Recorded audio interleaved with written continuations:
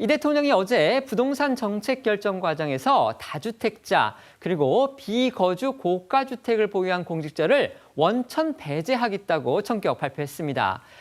대통령의 부동산 투기와의 전쟁 선포에 대해서 야당과 일부 시민단체 등이 현 정부와 청와대 고위공직자들 중에 다주택자 그리고 서울 강남에 이른바 똘똘한 한 채 보유자들이 많은 점을 들어서 대통령 주변부터 정리하라 이렇게 공격을 하니까 정면으로 응수한 걸로 해석이 됩니다.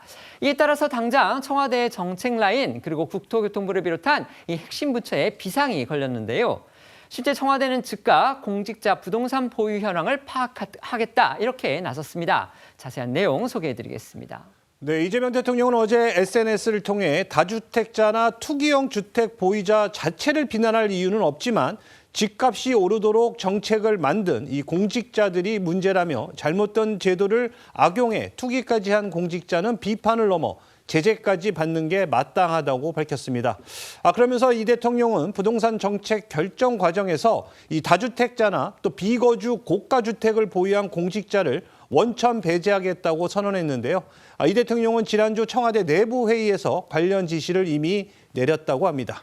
관련해 지금까지 재산이 공개된 이 청와대 비서관급 이상 참모 중 다주택자는 12명으로 파악이 됐습니다. 청와대는 대통령 지시에 따른 이 부동산 업무 배제 대상을 구체적으로 밝히진 않았지만 이 정책실 산하의 경제성장수석실과 국토교통비서관실, 국토교통부와 기획재정부 등 정책 핵심 라인이 포함이 될 것으로 보입니다. 청와대는 대통령의 지시가 공직자의 주택 처분을 유도해서 시장에 분명한 신호를 주기 위한 것이다라고 설명을 했습니다. 현재 부동산 정책 담당자들의 부동산 보유 현황을 파악 중이고 이후 이 업무 배제 조치까지 검토하겠다라는 건데요. 다만 이 다주택 보유 이 공직자가 처분 이행서라는 걸 제출할 경우 즉각적인 배제 조치는 하지 않을 것으로 알려졌습니다. 실제 서울 강남 지역인 이 도곡동 그리고 대치동 그리고 이 세종시에 다주택을 보유한 이성훈 청와대 국토교통비서관의 경우에는요. 최근 일부 주택을 시장에 내놓은 것으로 알려졌습니다. 이재명 대통령이 공개적으로 이 부동산 정책의 논의 과정에서부터 다주택 공직자 등을 배제하겠다 이렇게 공언을 했습니다. 청와대가 즉시 공직자들의 부동산 보유 현황 파악에 나섰습니다.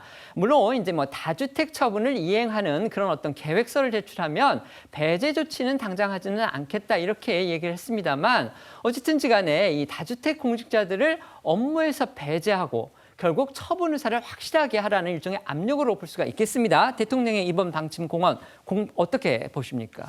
저는 대통령께서 아주 적확한 지시를 내리셨다 이렇게 표현할 수 있겠습니다. 사실 국민의힘에서 이 민주당과 이재명 정부의 부동산 정책이 처음에 시작할 때 당시부터 그거 실패할 거야 이렇게 예상을 했던 이유가 아니 고위공직자들부터 본인의 다주택, 똘똘한 한 채 뭐 이런 것들을 팔지도 않는데 이 정책이 어떻게 성공할 수 있겠어? 라고 지적을 해왔었는데 네. 거기에 대해서도 사실 민주당 내부에서도 공감의 목소리가 있었던 건 사실입니다. 네네. 좀 팔아라. 네네. 그래야 국민들이 신뢰 가질 거 아니냐. 마찬가지로 아니 본인이 다주택자인데 다주택자에게 불리한 정책을 만든다는 것은 사람의 어떤 본성에 따져봤을 때 좀 불가능해 보인다라는 의견들이 있기 때문에 이재명 대통령께서 이 부분에 있어서 정확히 지적한 것이 아닌가라고 보여집니다. 네. 근데 이게 사실상 본질은 아닌 것 같아요. 네. 문제는 이제 핵심 비서관이 아마 집을 다주택을 가지고 있어서 이제 이런 조치를 내린 것 같은데 이제 문제는 다주택자들이 팔더라도 시장 가격보다 낮게 해야 빨리 팔리는데 네. 계속 내놨다라는 이야기만 하고 있고 팔았다는 이야기는 잘 들리지 않으니까 신뢰성이 떨어진 것이고 또 하나는 중요한 것은 결국 이제 정책을 어떻게 펼치느냐가 중요할 것 같습니다. 몇몇 사람이 집을 판다고 해서 정책 자체가 어떤 제대로 입안되지 않으면 그 자체도 또 국민들에게 손해를 입히는 것이기 때문에 저는 오히려 핵심은 과연 그러면 주택에 대한 공급 문제를 어떻게 해결할 것인지 재건축 재개발 문제를 어떻게 활성화할 것인지 오히려 그 부분에 초점을 맞춰야 되지 않을까 하는 생각이 듭니다.